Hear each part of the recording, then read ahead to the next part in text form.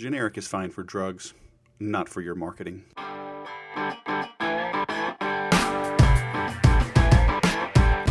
Hello, my friend, and welcome to the Sales Podcast. I'm Wes Schaeffer, the Sales Whisperer, your host, coming to you with a new microphone, testing out this Yeti. Let me know what you think. But Jason's interview still has my deep voice because I was still using the other one. It served me mostly well for about 9.5 years. But oh well, all good things must come to an end. We'll test this for a while, see how it works. I'm hoping the deep voice glitch was due to the microphone, because nobody else could ever help me solve the problem with any platform I was on. But Jason still sounds great. I sound great, I guess, if you like, Barry White sort of thing. But you're in for a good interview. Jason has an interesting history, sold door-to-door in college. Talk about casting a wide net, why that's good, why that's bad, how he has turned things around to grow his business, and how he's helping others do the same. So his business is called Blissful Prospecting. And so anybody that does prospecting with a smile on their face, well, they're a friend of mine. So you're in for a treat. But prospecting is not always blissful. It's not always joyful, but it is your number one job as a salesperson. If you're struggling with it, check out Make Every Sale, makeeverysale.com.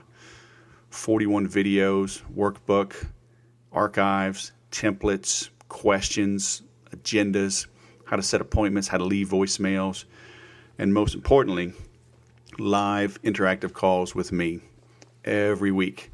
Plus our private group, we can ask questions every day to overcome your stickiest issues, objections with sales and with marketing. So you have questions about launching a podcast, writing a book, launching membership sites, ask the question, okay? And I'll help you make that happen. So check that out, makeeverysale.com. Come join us today. Now, let's bring on our guest. Jason Bay, cost-effective prospecting and sales to grow your B2B small or mid-sized business, all the way from Austin, Texas, my home away from home. Welcome to the Sales Podcast, man. How the heck are you? I'm doing great. Thanks for having me on. So you frickin' cold emailed me with a video. Kudos, brother. It filled my heart. This young buck cut from the same cloth doing cold messaging, and people say cold calling doesn't work. What do you say to those fools? And don't let me tarnish your opinion of these fools by calling them fools, but go ahead and don't make me look foolish. I've always come from, starting as a freshman in college, I worked with a company where we went door to door selling house painting services. So I've always been a fan of the cold approach. And what I like about it, and I've heard this analogy used a lot with fishing, right? When you use a net to fish, you're going to catch a lot of things that you want. You're going to catch a lot of things that you don't want. And sometimes inbound is really good, but sometimes you attract people that aren't a great fit for you. And I don't know about you, but none of our big clients ever came to us through our website or through our LinkedIn. We always had to kind of give them a little nudge and let them know, hey, we're out here. We created this piece of content, or here's what we're doing, and set up a time to chat that way.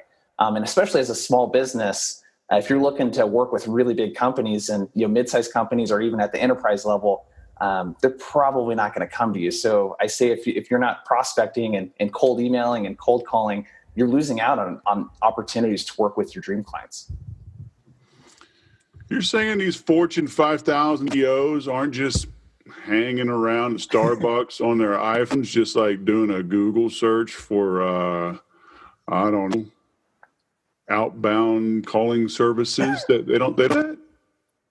Yeah, that's a really interesting visual that I just sort of pictured, like a group of like really successful CEOs sitting in Starbucks, like, oh yeah, we actually, come to think of it, we do need some sales services and some outbound help. I think I'll call it this tiny business out in Austin, Texas, Blissful Prospect. It doesn't work like that, right? You and I know both know that. Yeah, that's what I think is going to happen. So, all right, full prospecting. Is that? Come on, man. Is that Armani suit wearing power guy gal? Do they like that name, or is that just too happy? Are you too optimistic? Are you for real? It's funny you say that, because a lot of people come to us, and blissful they tend to associate with like yoga and like all these other things. And I'm like, we're going to make it blissful for you. It's not as blissful for us. You're not going to see, the 1 out of 100 people that tell you to F off or unsubscribe or stop emailing me. we'll shield you from that. You're just going to run the appointments that we set up for you. But really, yeah, that's in all seriousness. We noticed that there's a lot of small businesses and even mid-sized companies where, they have sales teams, and they don't really know how to go about doing this. And there is a lot of friction. It's not a great process for them, because they don't really know how to get started or how to do it correctly and how to not be annoying. And we're kind of coming in and saying, hey, you might not have this expertise on staff, but the good news is that you don't need it. You can spend your time selling and doing what you guys do best, and we'll tee up the opportunities for you and sort of bring the approach and the expertise and all of that along with it. So what are you finding? I mean, what works? Is it as fundamental as making a list, being bold enough to reach out but people just don't want to do it because it's not efficient. It's not casting this big wide net, so they think it's below them? It's an interesting question. I think that people look at this in a really simple way. The people that I talk to that are like, hey, I've sent out thousands of emails. I have a 10% reply rate. I've set up 1 or 2 meetings off 1,000 emails. And the first thing I think is like, holy crap, that sounds like a lot of work to get 1 or 2 appointments. And I think to answer your question, that's really where it starts is that list, right? And I think where most people sort of run into a roadblock is they're like afraid of niching down. I don't know if you've seen this in your line of work. They're afraid that, hey, if I go after, one of our big niches is nonprofits. So if I was working with Blissful Prospecting, the first thing we would do in like an onboarding call is we start digging into what are your ideal client profiles. And people are like, whoa, we're industry agnostic. That's my favorite thing to hear. Everyone's a prospect. Yeah, everyone can use our service. That's the beauty of it. If you drink water, you need to buy our bottled water. Oh, really? And every human and every dog, mammal, every insect and mammal and reptile is great. That narrows it down. Yeah. And although your solution might be industry agnostic, you don't want to present yourself as an industry agnostic solution provider. No one wants to work with the generalist. So the first thing we recommend with outbound is you don't have to say we're only going to work with nonprofits or we're only going to work with tech companies or SaaS companies or construction. But when you send an email to a SaaS company, that SaaS vendor better feel like you specialize in SaaS companies. Right. So I think that's the first thing is figuring out, and you can look either as a salesperson or in an organization at, hey, 2018, how'd it go? Who were our best clients? Who are the ones we didn't like working with? And it's as simple as taking your favorite clients, so the ones that were the most profitable, the ones that I would say from a selling standpoint, I always look at the ones with the shortest sales cycle, the people that are the easiest to pitch, where you're selling something. It's not like a new thing you have to educate them from start to finish on. And then you can plug them into, on the sort of low end, a tool like Sales Navigator and start looking at employee counts. And you might plug them into a tool like Built With and look at, well, what's the common tech stack that these companies use? And then you can get as complicated as like a Discover org and all that other stuff, but I don't really think that's necessary. LinkedIn Sales Navigator, look for some patterns, some similarities, build out that ICP, and then you can start from there. So don't be afraid to niche down and really specialize, because I think people look at prospecting like they look at it like it's 90% the cold email. And I would say the messaging and the cadence and all that stuff is probably half the battle. The other half is making sure you're reaching out to the right company and then also the right person at that company, and you're putting the right messaging in front of that person. So what do you, this ICP? Ideal client profile. Gotcha.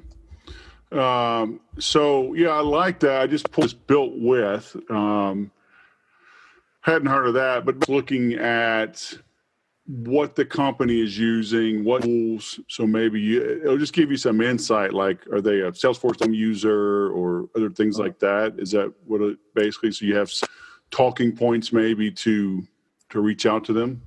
Yeah. So another really interesting you could do, in the past, we've worked a lot with consultants, and we worked with a consultant.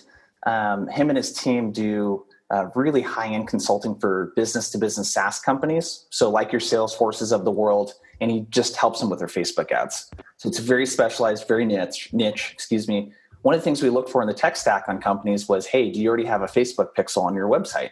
And you'd be surprised, a lot of companies don't. And he's not in the business of convincing them they should use Facebook ads. He's in the business of, hey, you're doing this and I can help you do it better. I can help you scale this out maybe bigger than you are right now, or reduce the cost per acquisition for you. That's an example. If you're selling, sales solutions, you might look and say, the Salesforce example, like you said, are they using a CRM that our solution might integrate with? Built With is a great tool. Crunchbase is another great inexpensive tool that's got Built With and all this other technology layered into it. So you can do these account-based searches. As soon as you figure out your ideal client profile, you punch in all the parameters in there, and it'll spit out a bunch of companies that are a good fit for you. Gotcha. All right. So I'm adding these here. I haven't used either of those. I think you really like Crunchbase. Actually, I think it'll be really helpful for some of the stuff that you guys are doing on your end. Really cool tool. Really I think I'll just hire you to. So I'm liking that idea. Don't sell yourself short, man. So these sources. I mean, these are good and bad. The reason I say it is that they're fantastic because it gives you a lot of info. To the individual quota-carrying salesperson or entrepreneur out there hustling, I always warn, you got to be careful. I don't want spending too much time doing research because it's too easy to act and have nothing to show for it at the end of the day. Yeah. It seems like these tools, a quick search, type in a name, boom, it's been just a few minutes before you pick up the phone or make a Loom video, and you're off and running, huh? Yeah. I mean, you bring up a really great point there where as salespeople, it reminds me, one of the things I used to do when I was in college working for that painting company, because we went door to door, like I said, and I was actually I still am fairly introverted, but very introverted then. And I was terrified of doing this the first time. And I remember sitting in my car going through, what if they do this? What if I get rejected? What if all this stuff? So sometimes you're right. All I need to do is get out of the car, start knocking on doors. And what do you know? People started giving me their information, and I started doing some estimates, right? Same thing here. You can get into the analysis paralysis type of thing. I do feel like it's good to, before you launch a prospecting campaign, do put some thought into it, right? Make sure that I'm not just doing the murder by numbers blast, that I'm personalizing things, and I'm taking my time to, and you could start with 50 companies. Identify 50 companies that you like, that look kind of cool. Spend an hour or two thinking about, hey, based on podcasts I listen to like this one, here's the ideal sales cadence and the approach that I should use. Here's what a first email might sound like, and just freaking send the emails and start making the calls. Right. And so where are you getting these emails? Is it through like LinkedIn Navigator and things like that? It's a couple methods. We actually use a tool called Apollo. It's apollo.io. And essentially what they're doing is they're syncing up with platforms like LinkedIn Sales Navigator, like Built With, and they're an easy way for you to go in there and do these account-based searches and also get verified contact info. We also do, so if that tool, because it doesn't, what I found, and you probably noticed, this is kind of a challenge in our industry, is finding good data. And Apollo has great data, but it doesn't have all of the contact data for the company sometimes. So we'll get on LinkedIn Sales Navigator and use a tool called Lead IQ, which I really like the folks over at Lead IQ. And then we can, within LinkedIn Sales Navigator, make those searches for the companies and pull all the information right there, right into a spreadsheet, and upload it to your CRM or whatever you're using to send out your emails with. Gotcha. So Apollo said, no one ever drowned revenue. That's pretty good. I like that line. Yeah. Yep. Yeah. I wonder if they suffocated in it though. You get like all that money. I mean, it could. It's tough to breathe. Yeah. So, I mean, you got to be for these people. So lead IQ is kind of the same thing. Yeah, Lead IQ is something that purely works off of LinkedIn Sales Navigator. So you need a LinkedIn Sales Navigator account in order to use Lead IQ. Okay. If you're a rep, you might actually prefer that workflow. It's a little easier to use. It's a little less, a little more affordable. And I really like it. It's got all the information there. It probably has the best contact data that I've seen. It just doesn't really allow you to do like the big searches that I would like. That you can with Apollo. So I can pull hundreds or thousands of companies at a time, have our team take a really close look at it, pull all the contacts. There's a good workflow in there. Whereas Lead IQ and LinkedIn Sales Navigator, I love LinkedIn as a prospecting tool, but Sales Navigator, it could use a ton of work on the product side. It's not very fine-tuned, in my opinion, for workflow that an SDR or a sales team or someone doing their own sales would want. Right. So you are, I don't want you to give away all your secrets, man, because they got to have a reason to contact you. But ask away, man. I'm happy to share anything. Because to me, the secret is not in what I'm going to share here. It's really in how can you make it work for you specifically? Because every use case is different, and then also for our clients, making it the wording of the emails and the copy like in their voice too, so ask away. I'm happy to share anything. So are you saying, though, I mean, I haven't used the paid tool like LinkedIn Navigator and things like that much. I mean, I've done some experience with them, but none of the duty. I know, like we were talking before record, there's just so much bad messaging that comes our way through LinkedIn. I mean, it's just so bad. And instead of me being jaded about it, I probably should see the opportunity, right? So if I can send a half decent human sounding image, I'll probably make $1 million on the first day because people are accustomed to bad messaging. Has that kind of been your experience? Yes and no. So the beauty of LinkedIn, I mean, we built our business on LinkedIn. When we started Blissful Prospecting, I was doing outbound for people as a freelancer and a consultant for a couple of years. And I was doing that to try to validate the service offering and make sure I knew who our market was and who the prospect was and find the price point, all that stuff before we started Blissful. And I use LinkedIn, because you got to have a premium account at least to be able to send out that many connection requests. But I'd send out 150 connection requests a day. And I'd set up 15 to 20 appointments for myself per week. And half of those were bad with unqualified prospects, but the other half I started to fine tune. So I think that if you're using it right, just like with any type of prospecting, if you're using it the right way and you're taking the time to figure out, is this a good person to reach out to? And you send the messages and you don't make it, the biggest mistake I see people making with LinkedIn is they treat it like email. With email, you want to be short, concise, because people are dealing with hundreds of emails potentially per day. And your email's got to stick out and it's got to be really easy to respond to. LinkedIn is like this weird thing that's like social media. So it's got this like public aspect to it where people can see your profile and you got the social proof, but it's also a place where people are open to having a conversation. And no, the CEO of a Fortune 1000 company is probably not going to be on LinkedIn messaging you back, but most executives are on LinkedIn depending on the industry. So I think if you approach it more to start a conversation, and like if I was US, what I would use LinkedIn for is just to share like all the cool content that you're making. It could be, hey, I was reaching out to you because I know that I see that you're a sales leader. I always love connecting with like-minded people, et cetera. And you're a funny dude. You could throw something funny in there. And then the first automated message you could send after that is, by the way, I think you'd really enjoy this podcast with this really cool half Asian guy named Jason Day over at Blissful Prospecting. But that's like an example. Wait a minute, you're Asian? Dude, I thought you were Latino. I got to end this meeting. Oh my gosh. I get that a lot. But I think it's a context, right? It's understanding, Gary Vaynerchuk's really big on context between the different social media profiles. And LinkedIn is one of those places. It's social media, right? It's where people have conversations. They don't want to get pitched like hard like you do in an email or a cold call. You get pitched time. It's terrible on LinkedIn. And you never respond, right? You never respond. You block those people and it just pisses you off. And unfortunately, LinkedIn, it's getting to the point to where Facebook and Instagram got to where it's getting so saturated and people are learning about these techniques. And this is kind of hopefully what we'll talk about later today is the importance of like a multi-channel approach in prospecting, and that sending an email is not enough. Sending a LinkedIn message is not enough. You got to do something a little bit different, because most people, any sales organization that's like decently smart is already doing cold email and LinkedIn, and they're probably doing cold calling too. So you kind of need some other stuff to differentiate yourself. Well, let's jump right into it. I mean, I agree. Dan Kennedy talks about, one is the loneliest number.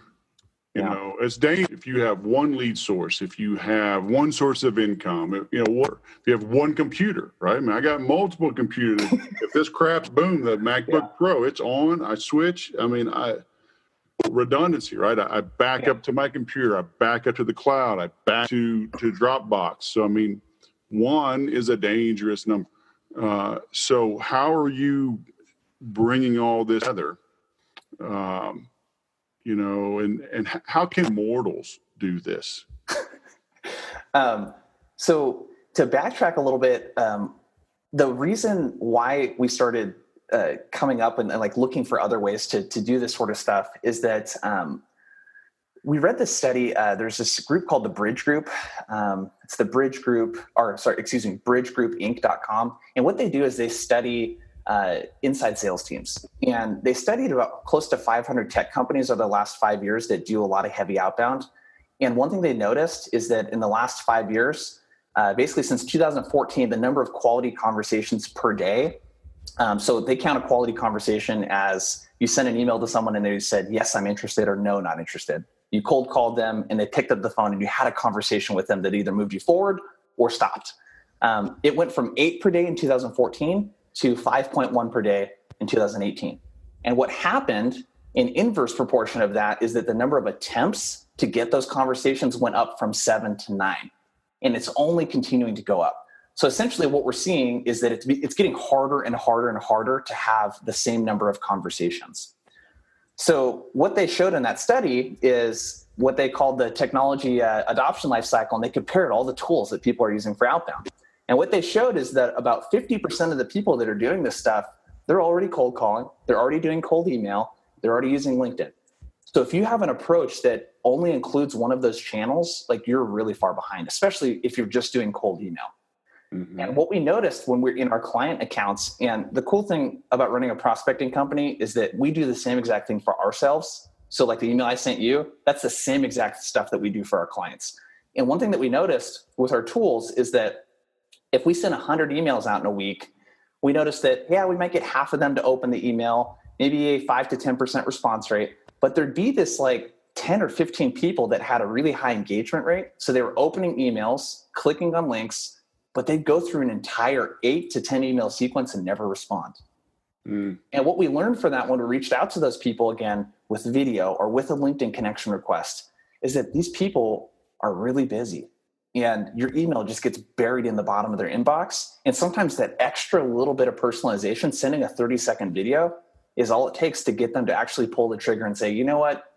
Okay, this Jason guy's been like sending me a lot of emails, like some good content. He's got case studies, but that video, we use our puppy that we just got in video sometimes, and that works pretty well. But if you have something unique that you like using, Lead IQ, one of the guys, the sales VP over there, he plays guitar and he writes like custom songs. It's super hilarious. But that's what we noticed. There aren't a lot of people. I don't know about you. I've only received one cold email with a video in it ever. And it blew me away. I was like, oh, this is really freaking cool. So this is kind of where the industry is heading, is adding video and using a tool called Loom into the sales cadence. What if I have a made for radio? Yeah. Are you laughing at me? Why are you? You'd have to get the prospect to tune into that channel. That would be the only problem.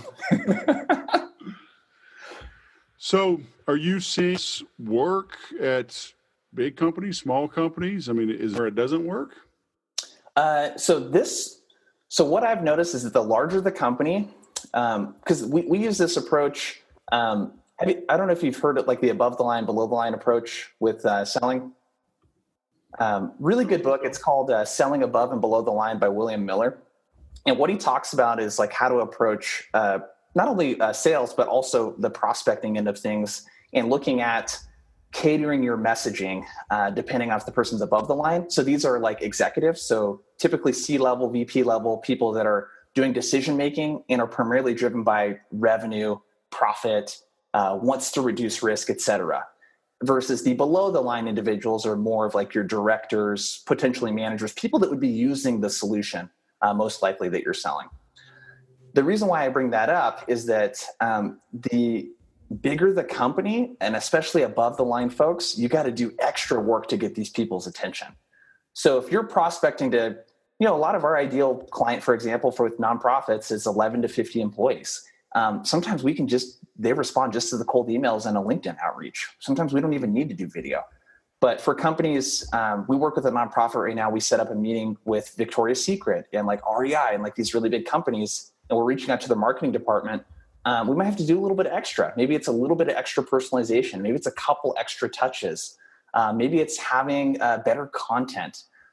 So to answer your question, yes, this does work at these larger companies. And in fact, it's kind of a requirement. If you want to reach out and get someone from Fortune 1000 that's an executive at a company to commit to a 30-minute call with you, you got to do some extra stuff. Right. Do you get into any kind of mail marketing? Okay, I don't have anything to share on that yet. We're just about ready to start doing direct mail this year. And that's, again, the same sort of approach. It's the ideal sort of cadence that we've seen is 2 emails the first week. And that email is the first one's an introductory email that's personalized. It's got the first 2 sentences have to be personal, a little bit more about who you are, what you do, et cetera. And then a case study or a really valuable piece of content, a follow-up email that week asking, hey, what'd you think of this? And then from there, we kind of spread it out. We look at that first week, who was engaged and opened the emails but didn't respond, send a video to those people. And then they get another email that week. And then the next week, they might get a LinkedIn connection request. And then the next week, they might give them a call or we send them another email. And then we sort of kind of space it out week by week. What we would do with direct mail is insert it right into that cadence, probably early on, and reference that in an email. Right. Yeah. But I'm really excited. I mean, what we'll probably end up doing to test this is test it on ourselves. And there's really like one thing I use a lot. It's an app called Postagram. You can download it right on your iPhone. Pretty sure they have an Android version as well. You can send postcards for $2 anywhere in the United States. Postagram or Postagram? Postagram. Yeah, Postagram. So you could throw a custom image on there. So you could put an image of the prospect's logo or a picture of yourself, and you can write something personal. And, I think people really appreciate handwritten stuff, but I think we're kind of in a day and age where if you just write something personal on the card, I think that's good enough, right? You took the time to write something that's unique to them. That's not just hi, first name, and then some templated message. Make it personal. Yeah, for sure. And it's people, they don't have a good message. They're not creative. So they don't want to invest in things like this because it's real. Yeah. Right? But they don't realize how much their time is worth of not spending money researching or goofing off that feels free. Yeah. I agree with you 100%. And I think as business owners, especially, I noticed that a lot of business owners tend to slack in this area where they haven't really thought about what is our ideal cost per acquisition? Like what can we afford to acquire a client? And a lot of times they're really surprised when I do this exercise with, it tends to be smaller businesses, but some of the mid-sized companies, the sales reps are not really in tune with like their commission and like how much a client is worth to them and how much they could invest and how much easier it would be and how much time it might shortcut the sales cycle with a client, right? Yeah. So just be really in tune with those numbers and like, dude, you should be able to afford a $2 postcard. It's super easy. It takes a couple minutes to send out. It just little stuff like that makes a huge difference. How come I didn't get a postcard? Well, you have one coming in the mail. How do you know one's not in the mail? Yeah, good catch. But yeah, most people, they don't. I mean, Dan Kennedy talked about it. Whoever can afford to spend the most money to acquire a customer wins. Mm-hmm. If you know the lifetime value of a customer, if you know how long it takes to convert them, when the ups or repeat sale or referral or testimonial is going to come in, all of that, you can invest more money. If you don't, then yeah, you're just going to try to hustle and brute force it to get these sales. But if you know your number, you can spend more money. You can invest in Poster, invest in LinkedIn Sales Navigator. You can invest in having Jason do all this for you, right? Can I get an amen? Yeah. Amen, brother. So how do you break up your time between prospecting for new clients versus fulfilling current clients? I'm fortunate enough. I have a co-founder and wife, Sarah, who runs the operations of our company. So I'm still in tune with strategy, and I do actually a lot of the email copy and coming up with sort of clever things, but her and our operations team kind of take care of the rest. So to answer your question, for me, if you're in charge of business development at a company you own, it's got to be a daily habit for you to prospect. So the first hour and a half-ish of every day is, hey, am I making progress on finding our dream client? Am I recording these videos? Because we do the same thing for ourselves we do for our clients. Are you putting in the work to find clients? And it's just like anything else, just like exercise, right? If you do it consistently over time, you're going to get results. It's going to work. Mm-hmm. So are you seeing that the customers, when you send that note, are you going right for, hey, let's have a meeting? Or are you saying, like, would the first message be a video saying, hey, you might like this free report I just made? Or does it vary? It depends. So, and I think context is so important. We kind of talked about this at the beginning with like knowing who you're reaching out to. If I'm reaching out to an executive at a Fortune 1000 company, I'm going to be as straight to the point as I can and be very succinct. And I'm not going to sugarcoat the fact that I want to talk to this person or someone on their team. Right. The first email is not always the best place to do that because right. I think one of the most important things is, this is like basic stuff that, like the B2B buyer's journey, right? Like the awareness, consideration, interest. We assume when we send cold outreach to someone that they're already aware they have a problem. And that's like the worst assumption to make. So I think the email should more be something like, something personal. Hey, Wes, I listened, just like what I did with you. I listened to this podcast with so-and-so, really dug it for this reason. I was reaching out because we help companies like yours with their prospecting and helping increase their sales revenue and their sales pipelines. I put together this really cool piece of content I thought would really help you and your team with this specific challenge. Is this an area you're having challenges in right now? Right. And I leave it open like that. The next email might be interested in chatting further about this. And I think the big thing with the email copy is you have to, and this is just something I've learned over time and was taught, you got to really empathize with the person too. So you got to really be aware of, like, one of the things that we help our clients do is, like, when you've picked out that ideal client profile and we start thinking about, okay, CFOs are the best contact at this company. What's a day in the life of a CFO like? What are they trying to accomplish? Mm-hmm. What are their challenges? What keeps them up at night? You have to address those things in the email copy. And that's really the toughest part. But yes, I don't go straight in for the kill usually the very first email. It's more like, hey, because if you're too assumptive, it can kind of turn the person off. Right. Yeah. Well, it's the old, Robert Collier, enter the conversation going on to the prospect. Yeah. People don't do it. Mm-hmm. They jump right to the conclusion that, oh, you're an idiot. You can't solve this fundamental pain. You need to talk to me or you're an even bigger. Like, well, oh, yeah. and your baby's on. It's like, I'm probably not returning that call. Yeah. And a guy like you is, you're just going to be like, dude, I'm too busy for this, right? Delete. I'm not going to. Nobody got time for that. Space. Yeah. Ain't nobody got time for that.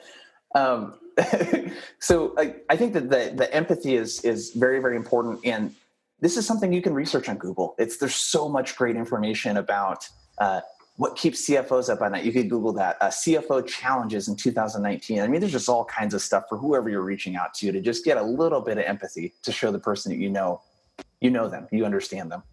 I know. It's so fundamental and still just get it wrong. It's crazy. It takes work, right? That's the big thing. It's the difference between going to the gym and lifting weights and going through your sets versus like really pushing yourself, right? It takes the same amount of time to really push yourself, really make sure that you're getting all the reps in, that you have good form, that you're tracking that stuff. It's the same amount of time really to do that, it takes a lot of focus. You got to focus. You got to do it right. It's just discipline. I think a lot of prospecting comes down to discipline, which is why a lot of companies that we work with choose to kind of outsource it, because it's a very hard thing to manage in-house correctly. Yeah. It shouldn't be, but it is. But hey, if they were good at it, your job, right? Yeah. You know what I'm saying? Yeah.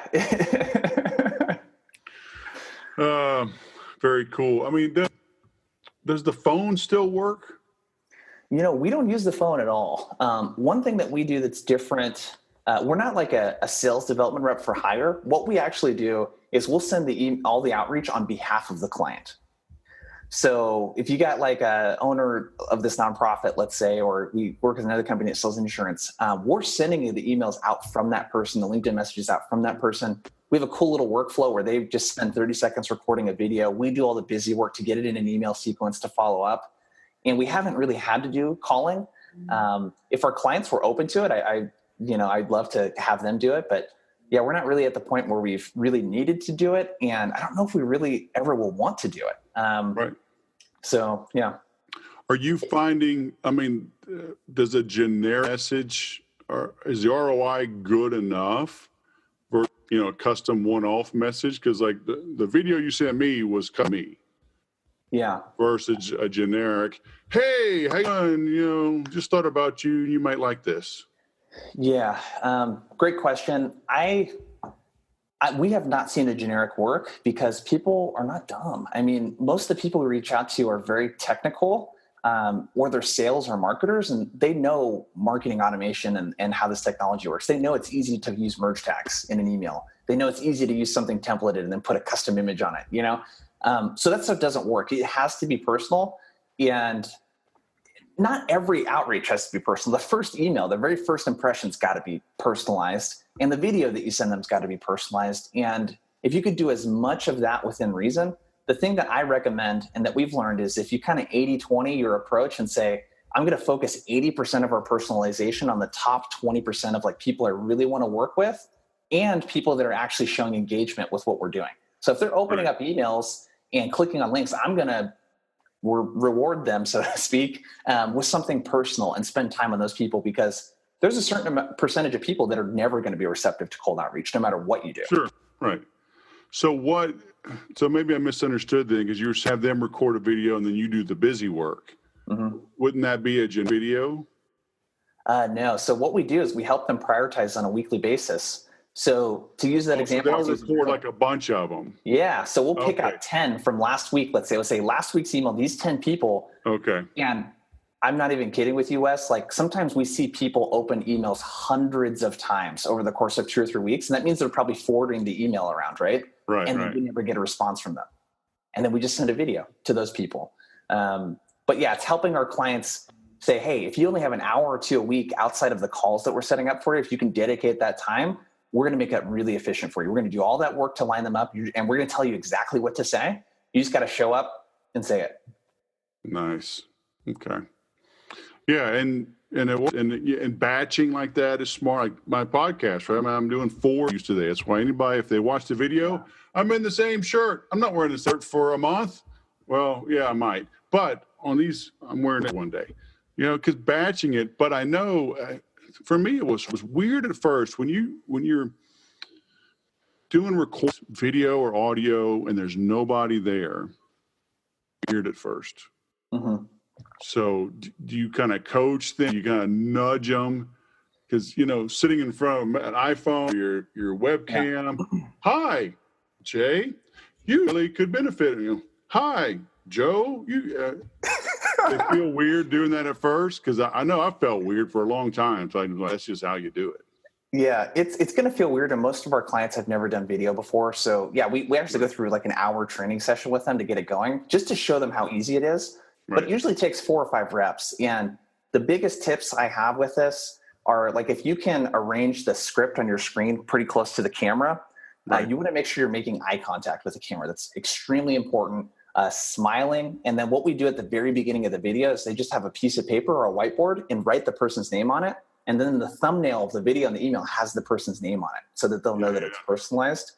Right. But keeping it 30 seconds or less. So we help them refine the pitch and all that good stuff.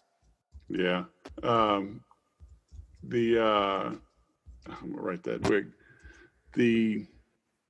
I just forgot what they. Hey, this is your fourth podcast, man. I got to give you a little bit of a break. I don't know how you record 4 of these in a day. I got to do jujitsu after this, so I can't drink. I got to stay. That's bad scheduling. Yeah, using the camera. Oh, I was going to say, with smartphones, man, it bugs me so much when you see people look at themselves. Like, look at that little bitty hole. Look at the camera. That's the camera. Yeah. 99 out of 100 don't do that, but oh well. I mean, it's a really good, honestly, a good technique just for Zoom calls like this to make eye contact with the camera when you're talking. Like, it makes a prospect feel like they're talking to you instead of to their screen. And there's a very subtle difference, but I just used to do so many like virtual interviews for the company I used to work for. I'm just hiring sales reps and things. And like, that's one thing they really drilled into us. You know, like you have to, if you're not going to meet in person, you have to really connect through the call. Right. And you do that by looking at the camera. Eye contact is big. Yeah. Amen. Man, final words of wisdom. What should our listeners do? They're on a train, they're on a plane, they're on an automobile, they're on a mountain bike, they're on a treadmill, they're swimming laps with their waterproof head. As soon as they get back to their desk, what should they do as a result of listening to this to move the needle? I think the biggest thing is the mindset around what I always say is don't prospect to make a sale, prospect to start a conversation. So what that means is that you got to find people to start conversations to, not to sell to. You got to earn the right to sell to them by prospecting. So the first thing I would do is use one of these tools that we recommended, identify 50 clients that you could go after that would be on your dream client list, and start figuring out and thinking about, well, who's the person that I would need to talk to at this company using LinkedIn, and go to their profile and just look at them as a person instead of a prospect. Like, what would I need if I'm reaching out to Wes?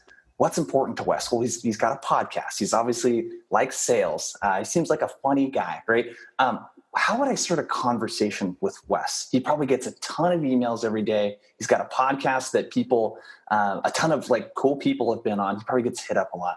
Like, how could I start a conversation with him? And that's all I would do from there. I would just keep it very, very simple and think conversation. Most of this stuff, if you just take a little bit of time to brainstorm, you can come up with all kinds of creative stuff. Yeah.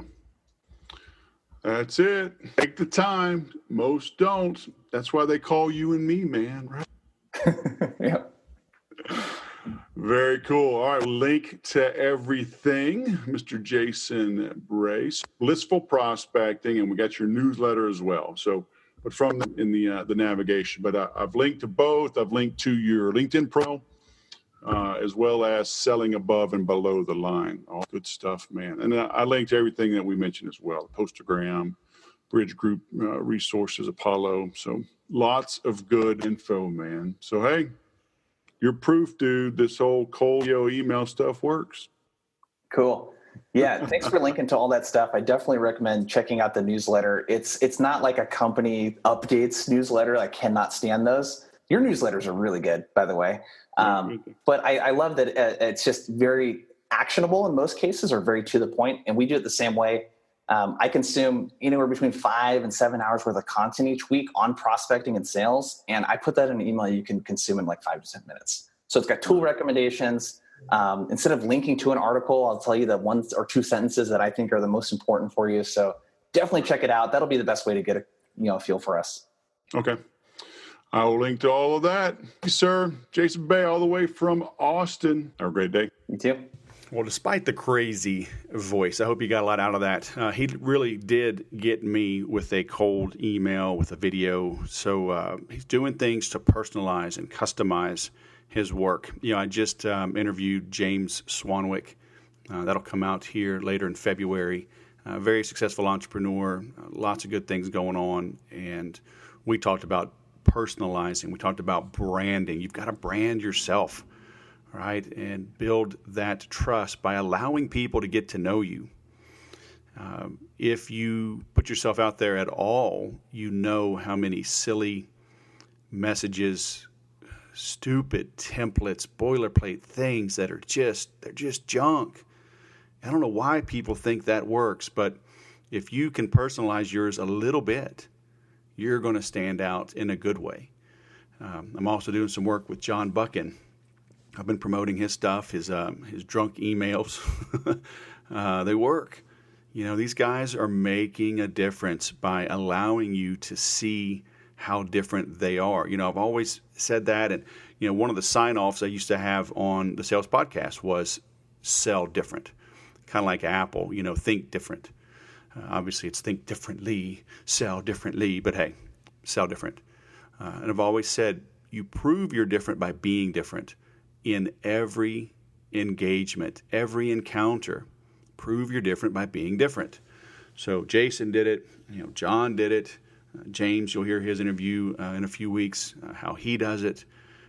Stop being like everybody else. That's always been the adage. I don't know if it was Ogilvy or one of those great marketing guys, sales guys, said, take a look around, look at what your competition is doing, and do the opposite.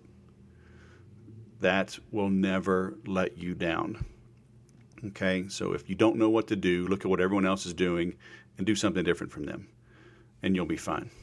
Okay, if you need help with that, some words of encouragement you want people to bounce ideas off of and coordinate with you, check out makeeverysale.com. All right, it's my private group. Lots of content, but lots of support. I know that most of you listening to this, if you enroll, when you enroll, you probably won't go through all 41 videos. The good news is you don't have to, right? I recommend it. I encourage it. But if you have an issue right now with a prospect, with a script, whatever, and you share it in the group, we'll address it probably the same day. All right. If you get on the live calls each week, I always open it up for Q&A. So if you're bold enough and brave enough and passionate enough to get some help and ask, I'll address it right then and there for you. And then we'll track that thing down for you until you get something that you like, that you're comfortable with, and that works. I don't know where else you can get that kind of help for that kind of money. So invest in yourself. It's another thing James talked about when you hear his interview. In 18 months, he made $8,000. So he was not succeeding. He dug deep, invested in a mentor, business coaching. It turned everything around. And we've all got that story. My sales career turned around when I invested in a 12-week program. That was in late 05. The course started in 06, early 06. And it was just a call. It was a PDF with a weekly call. No group, no multimedia, no video. It changed my life. I ended up hiring that guy as my sales mentor. And the rest is history. But I trusted myself, so I invested in myself. I recommend you do the same. MakeEverySale.com. Now go sell something.